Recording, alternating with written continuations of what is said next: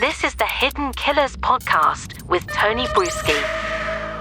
There's scams everywhere in case you were unaware of this, or you have an aunt or an uncle or a parent or a grandparent that is, telling you, hey, we need to go to the bank. I gotta send some money to the Prince of Nigeria or whatever it may be. But they're not all like that. They, sometimes princes need Walmart gift cards. It's just, you gotta save a buck if you're a prince. This one involves an Uber driver being fatally shot by an Ohio resident in a scam gone wrong. 61-year-old Uber driver Loletha Hall lost her life after being shot multiple times by an 81-year-old Ohio resident, William Brock, in front of his home. The incident, spurred by a scam call targeting both individuals, led to Brock facing a first-degree felony murder charge. According to a statement and incident report from the Clark County Sheriff's Office, Brock surrendered himself to authorities on April 10th following an investigation into the incident. Law enforcement officials revealed that additional charges may still be pending against Brock. Before Hall arrived at Brock's home, Brock had already received a scam call. The caller, posing as a court official, threatened Brock and demanded money. Mr. Brock received some scam call by a person purporting to be someone from our courts who informed him that a family member was incarcerated and that he had a bond of significant amount of money, said Lieutenant Kristopher Shultz of the Clark County Sheriff's Office. The calls turned from "I'm an officer in the court" to "we have this subject hostage. This is a ransom demand." Investigators determined that Uber had dispatched Hall to pick up a package from Brock's house, believing the assignment was legitimate. It was not.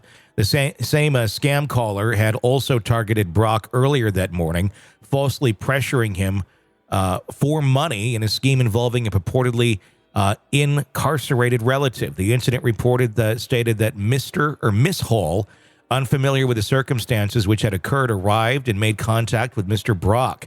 Despite Hall making no demands, Brock escalated the situation by seizing her phone and refusing to let her depart.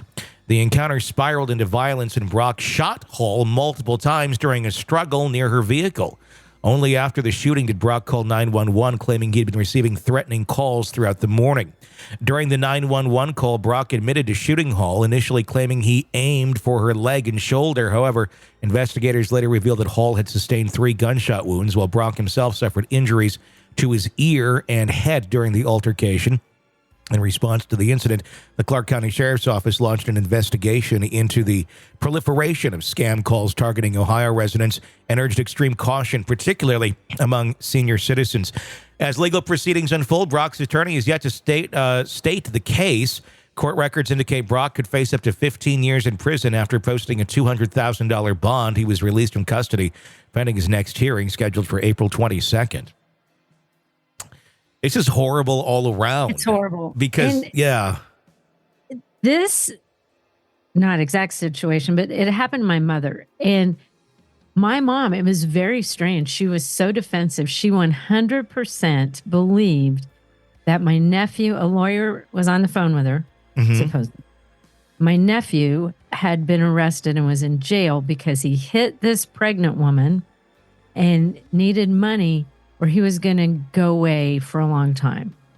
And so he needed $7,000 to get out of this. And my mom bought it. 100%. She was like, and they convinced her, do not tell anybody. If you tell somebody, it's going to make it really bad for him. You won't be able to get him out. Like, they threatened her with that kind of thing. So all she's trying to do is protect her grandson. So in this case, they can figure out enough information, because then I had to show my mom. I'm like, okay, here's how I can find information about you on the internet. But she wasn't even believing me when I'm like, you are being scammed. This is not real. And she's like, we've got to get this money. And luckily she had a caregiver at her home when that happened. And that woman texted me, which is how I knew about it. Yeah.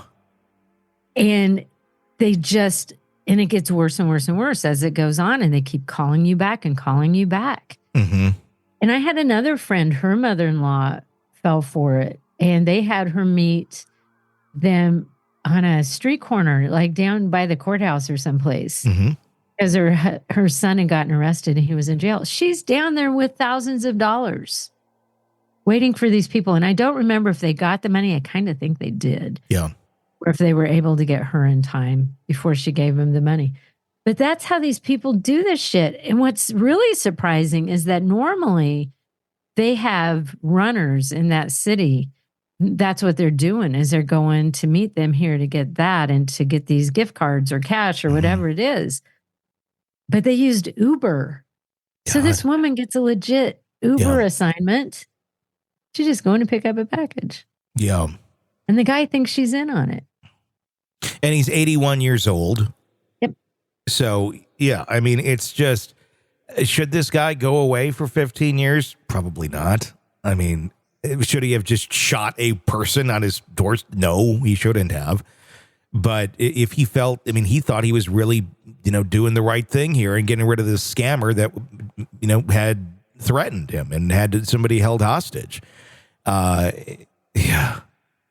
And at 81, I don't know that everybody has the mental capacity to. Yeah.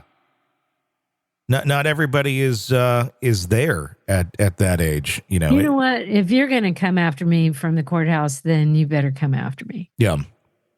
And that's fine. Come get me, arrest me. Yeah. But my mom's like, oh my God, Chris is in jail and he's going to be in so much trouble. And I'm like, Mom, let's think this through. Mm-hmm. Chris is in college right now. He's studying for like a PhD level degree. This is not the guy who's going to drink and drive and kill a pregnant woman. Mm-hmm. Well, where do you think that this sort of stuff is going to get worse in time? Or is the younger generation that knows more about technology and this sort of stuff going to be less falling prey to it?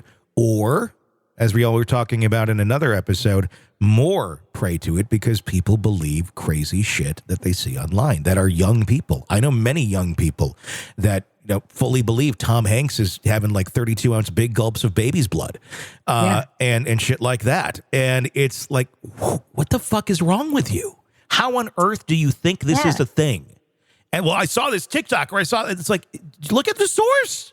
Like everything's fake. It's all like, but so everything that is legit is fake, but everything that is clearly fake is real, according to your reasoning. Just because you say this one is real, even though it's clearly not. And I get there's plenty of shitty fake news out there, even from legitimate news organizations that spin things. But there's a line there, and it's not a fine line. It's a very clear line of insane and legit. And that's what I worry about and I wonder about with like my generation and such. There's people who just believe the dumbest shit and they wholeheartedly believe it. And I could see people easily falling for this sort of shit. Not just because they're old, but because people have been so conditioned to believe crazy shit. Mm-hmm. And I think that the scams will change and evolve to fit a younger, more knowledgeable group of people. There'll still be scams. But someone like my mom's age, she's like, well, it has to be real because how did they know I have a grandson named Chris? Mm-hmm.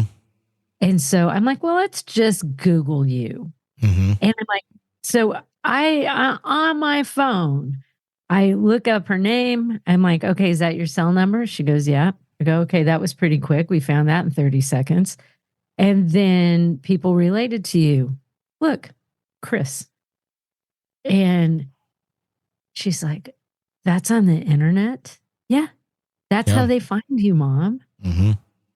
And so for her, they had enough legitimacy to them because they knew her grandson's name. Yeah, it's easy. I mean, we have a service that we use here when we're investigating a case where we can put in people's information and it gives us emails and relative people that would be connected to that person, possibly based on the information that they gather.